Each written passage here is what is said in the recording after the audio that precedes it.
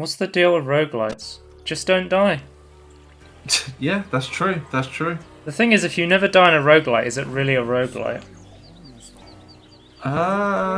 Dude, One good run, right? Dude, I need to find this. I found like a post on Twitter the other day, and it was like, where are you on the roguelite chart? Where it was like, a roguelite has to be aesthetically the same as the original Rogue game, or a roguelite has to be like gameplay-wise the same as the original roguelite, and there was like a chart. So like exactly the same sort of deal. Yeah, but it gets like moderately different because like Binding of Isaac is technically tile-based and has permadeath, but it also changes the art style. It's not ASCII-based, like...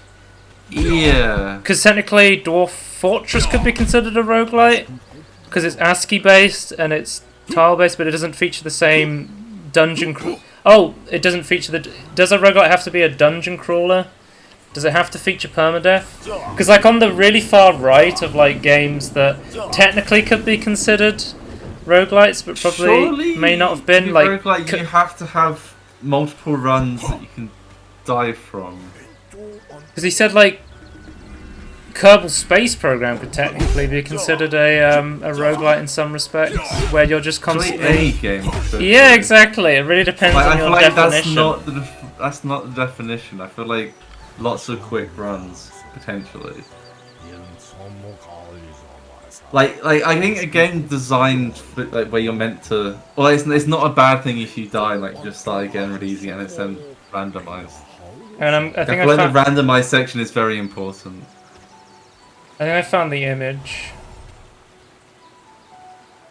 Yeah, I'm just gonna put up the image on the screen. I'll send it to you as well. Okay. Because it's kind of interesting to talk about. So, roguelite alignment chart. So, I think I am mechanics neutral and aesthetics radical. That's where I align on this chart. Yeah, I think I don't think a roguelite can be anything, but I also don't think it has to look a certain way, and I don't think it has to play a certain way. It doesn't have to be exactly the same as the original Rogue, but it can look like anything. Yeah, I feel like gameplay genres shouldn't be based upon what they look like, in my opinion. Like that's just aesthetics. So if you don't know the original Rogue, I've done it in like a meme. I talked about the original Rogue in one of my videos on my channel, but basically the idea of a roguelite is that let's turn down this footage for the Tangerine we're talking about. The original roguelite is a turn-based dungeon crawler with randomized environment and permadeath. And the original Rogue was used text characters to represent in the tile-based environment. Yeah. Whereas if you look down this chart, I think Slay the Spire is a roguelike. But Slay the Spire doesn't look anything, doesn't use characters to represent tile-based environment, and it isn't a...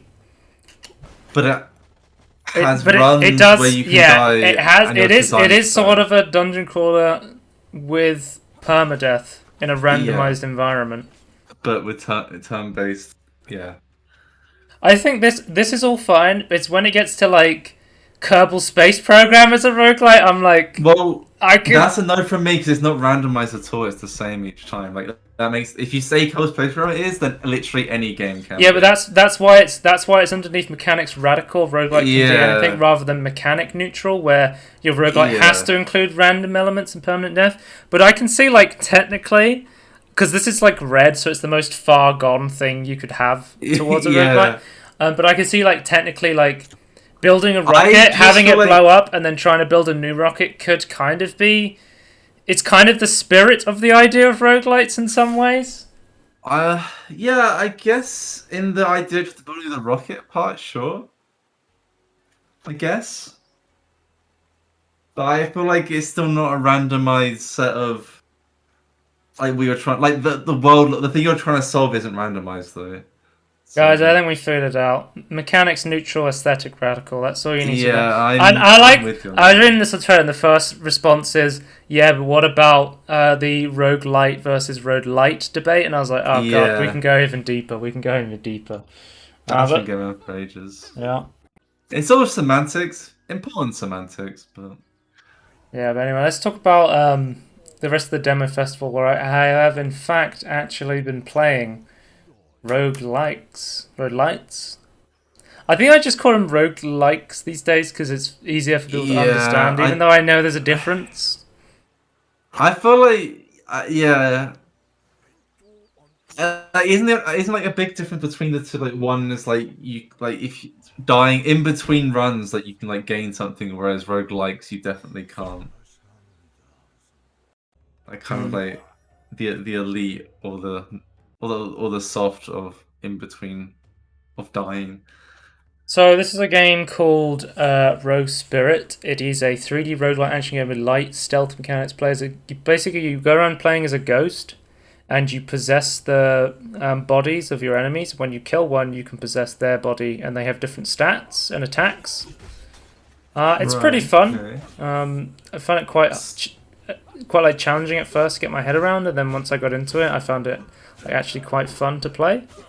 Are the maps all the same? Like the maps don't change, or do they? So this is the demo. So for the demo, there was only one map, but I think there's more, and there might even be a story. I'm not sure.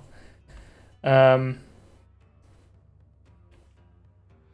me read their store page so I can get some more information for you. So you can possess bodies. There's also weapons you can pick up as well. Was that just the stats on the body you're looking at? No, it's just the stats on the body. The weapon comes with the character. Right. It says 10 procedurally generated levels set in 5 different biomes. So that's the answer to your question. Okay, so they are actually procedural. 3D graphics inspired by traditional Asian designs. That was one thing. I fucking love this art style of like this. I don't know what you would call it. Is it like feudal Asian sort of art style? Well, the aesthetics of the setting, or like the actual art style. The setting, I guess. Yeah, the setting I'd call feudal.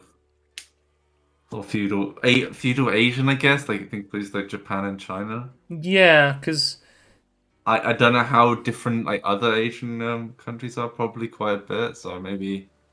Yeah, I don't want to say like feudal Japan, and then someone's like, actually, that's Chinese or Korean or something. And I'm like, so I think. And then like, oh, that's even like to Cambodia or Yeah, it's like there's quite a few. But anyway, completely different to this. I like the art style. Yeah, I like what it looks like. It's a really cool saying.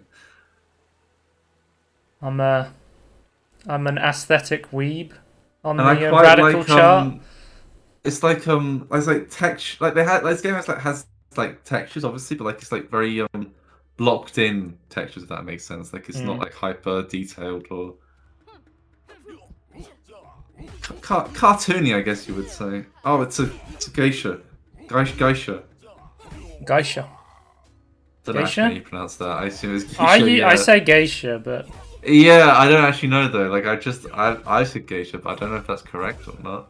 So I think the main gameplay loop is you kind of collect these coins, and then you can get the ability to keep your coins when you die by unlocking these gems. So then you can upgrade your weapons and stuff. So that it has roguelite mechanics where you can upgrade your character as you go through different runs. But yeah. Maybe just need better names of like to differentiate between these two. I don't know. And you can you upgrade your weapons, and then you can get like these abilities during your runs and stuff like that. It's pretty fun. If you're looking for like a hack and slash roguelike game to play, this is definitely one to check out because it's pretty fun from what I played. I had a lot of fun playing it. Have a look. I think this is deeper into the game. I think it's one thing that I think it's very difficult is like trying to make good games look good at night and in the day, and I think this has pulled it off really well. I just found like the general idea of like you can like stealth around as the ghost, and then Yeah.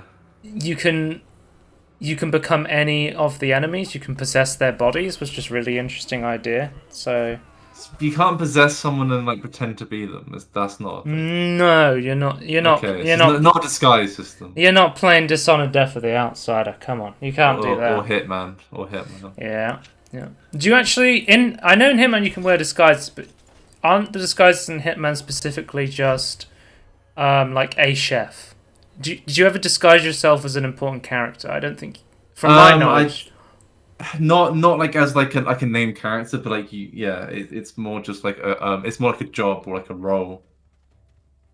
Because like although I say that no, a detective house one you actually like you can assume the identity of the detective, and everyone's just like, yeah, you look exactly the same. Oh, that's Hitman 3, right? Yes, I believe so. Because like you can legit like become characters in Dishonored Death of the Outsider, and then oh right, okay, like that's just like and have like conversations really cool with people as that character. Yeah, I think in Hitman the one I just said is like one of the only ones. Might not have been the only one, but I think that's one of the only times. Anyway, I feel like it's pretty good. Yeah, it's a fun game. Not like Game of the Year winner, I don't think. It was pretty simple, pretty basic. Would you say the attacks are pretty simple? Yeah. There's like light attacks, there's heavy attacks. Yeah. It's just if you've played one hack and slash, you've played this hack and slash. Yeah, it doesn't like it adds anything else to the hack and slash table. But if you're looking for a roguelite hack and slash game to play, I can't send you wrong with Road Spirit. It's pretty fun. It's really good. It's pretty good, yeah. So let's move on to Deepest Chamber. Basically, I had to carry on playing roguelite deck builders, like our good friend Slay the Spire. The best thing I can say about this is it's like knockoff Slay the Spire with House of the Dead looking 3D models. Okay. It's kind of meh. It's not that interesting, but I guess I'll show you some of what I'm talking about before we move on to like the last roguelite I played in the demo festival. This is the roguelike section. Oh, that's the name of my party. Just guys being dudes. What's better than this? They're just guys being dudes. Guys.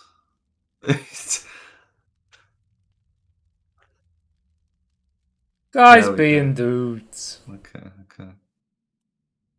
I could definitely. I thought I said savage then, but okay. Absolutely savage. Yeah.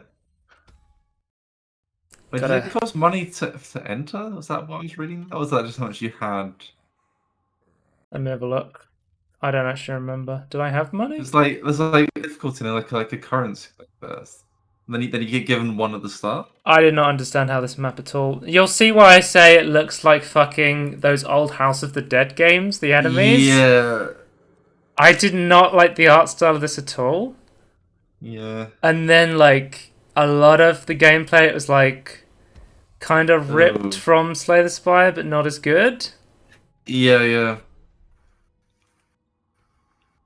It doesn't have like a mechanic like I fight like there's no like synergy. It's just this is just like copying the same idea but not.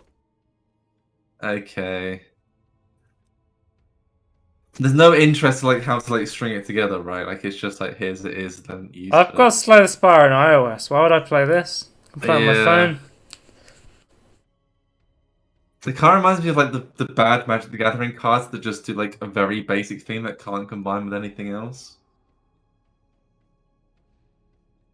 You seem to retain block in this game. I don't know if was the character or you just retain block, but that was their big. We gotcha. That's different. It's different from Slay the Spire, guys. Play this one. Yeah, but then there's no there's no reason to keep it though. Like there's no decisions. Okay. I don't know, because games like Monster Train and Rogue Book exist, and I'm just like, if you've played Slay the Spire and you're like, man, I want to play a different game, there's better games than this to play. So I don't know who this is for exactly. Maybe if you're just like insanely in love with the genre and you're like, I have to play all of the roguelite deck builders. I guess what was the intent of like the game? Like Let what me niche was let this trying to let me make? go to the store page because I click on the store page now and it's actually already it's come out and it's got mixed reviews. Yeah, So I hadn't looked at the store page before making this video, so it's kind of interesting that other people seem to maybe share my thoughts that a it's not like terrible, but it's just not really interesting. yeah. Let's have a look what other people think. It is difficult to look at a game and and go, what makes this good? Like I like this type of game. What makes it good? And then I'll make something Oh, similar. Like someone's it's giving a not an negative easy thing to do. review. This is I don't recommend this game at the moment, but the overall visual and settings are the real selling points. Okay. The visual and the setting are the real selling points. Well, that's a bad start But what given is the point? I don't understand the point of like the way that going around the world. What's interesting about this? I don't know. Like you're going through different dungeons. You're in like a sewer system, right? That's what you selected. That was the only one I can go into, yeah. You Yeah, have to and for the then demo you have to go in the sewers. they're just going round corners and just like progressing. I don't really understand. I don't know, the cards aren't interesting. There's not really No, like an interesting system. the actual going through like the different areas isn't, or to the next fight isn't interesting. There's just yeah, there's like the UI's terrible as well. I didn't like the UI at all. Yeah. Like, I don't know. Anyway, let's move on. Okay. Nothing else to say. I really just don't have anything else to say about this game. Yeah. With the Steam Demo Festival, sometimes I play something and it's just like a nothing burger. It's just like Yeah. I downloaded it because it looked interesting, but then I played it and I'm like, ah, okay. This one's more interesting. This is like an average fun deck builder, I would say. It's kind of like a deck builder built around like blackjack-like mechanics as like a fun casual game with Oh my good God, this is gonna replayability. Oh, okay. I'm liking this idea already. When you Okay. so it has like good replayability where you can go back to your town and shop and upgrade your you upgrade the town Ooh. with shops and heroes through equipment. What is it that game? Is it like I think it's that Star is it? It might even be like Pazak. It's like Pazak. Is it just like 21? Yeah, Pazak's kind of like Pazak you have to try and get the closest to 20 without going over 20. So okay. It's just like Pazak, guys. yeah. So I find it interesting. You don't take any damage if you win in this attack, right? If you win, then you attack and they can't hit. Yeah, because it's a difference between So they always, if they have that bar there, they always stand on that amount. So you can kind of manipulate it. And there's cards that will like allow you to force opponents to reroll or like that's cool. Get you to reroll. So it's actually extra, even more stuff than just Okay, that's yeah. It's not like a straight up like blackjack game. There's a lot of like interesting mechanics to it. They actually added stuff on top of that. Mm-hmm. Yeah, turn the music down. It's a little bit. Turn it up, guys. Turn it up. But there's this doesn't have like any interest like going like in between battles, at least at the moment. But like the actual like combat itself is interesting. I'm turning it up. But there's like cards you can play immediately. So okay. So I'm just drawing. So I'm just committing to my attack here because there's a high chance he just exceeds anyway. So I might as well just stand here. Yeah. Most hand cards cost energy points to play. So then there's also this like element of making sure you don't use all your mana bar.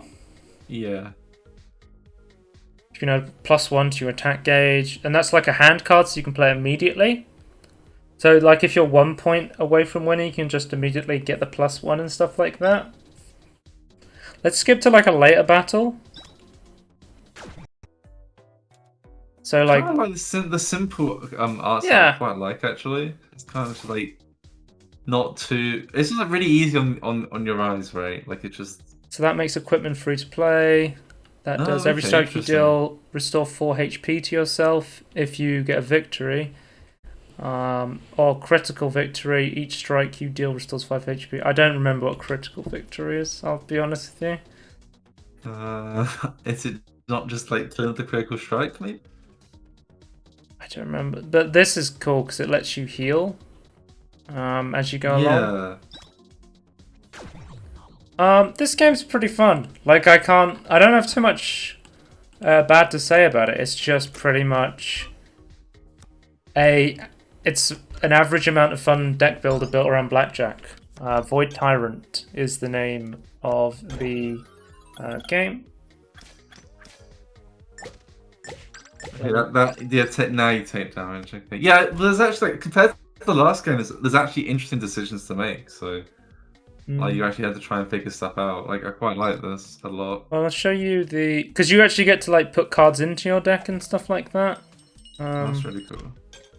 Which obviously you can in other like games, but a game this simple you might not want. There's merchants and stuff to buy equipment. Oh, here's a boss.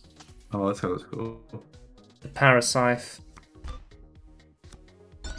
So there's 6 planets. Oh, it's like yeah. Collect artifacts and loot from treasure chests and defeat enemies. Spend goldins to upgrade your town for new powers and adventures, strategies to take on challenging bosses. You got 1 card left. Yeah, but once you go through your deck, you reshuffle.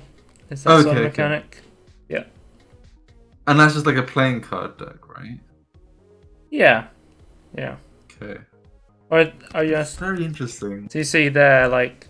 Yeah. It's like your card goes into a discard pile, and once you go through your entire deck, your discard pile gets reshuffled into your deck. So now you've gone through lots of ones that's not in the deck anymore. So he's standing here, so I know I can win. So I'm going to maybe like add a critical strike on top of it, because I know I'm guaranteed going to win, and then I'm going to put attack on top of that. So that makes it into a crit, and that adds bleed damage onto it, because I knew I was going to win. Yeah. And then winning gave me mana there. Yeah, nice. Yeah. Okay. So you just draw from your deck, and then these are like skill cards that you play when you need to play. You can play these at any time. But yeah, guys, that was Void Tyrant. I recommend that one. Those are the roguelites I played from the Steam Demo Festival. Some interesting games to check out there. Next up, after this, there will be the multiplayer games / the miscellaneous ones. They just didn't fit into big categories, but they're still definitely worth talking about. So we'll see you next time. Goodbye. Bye.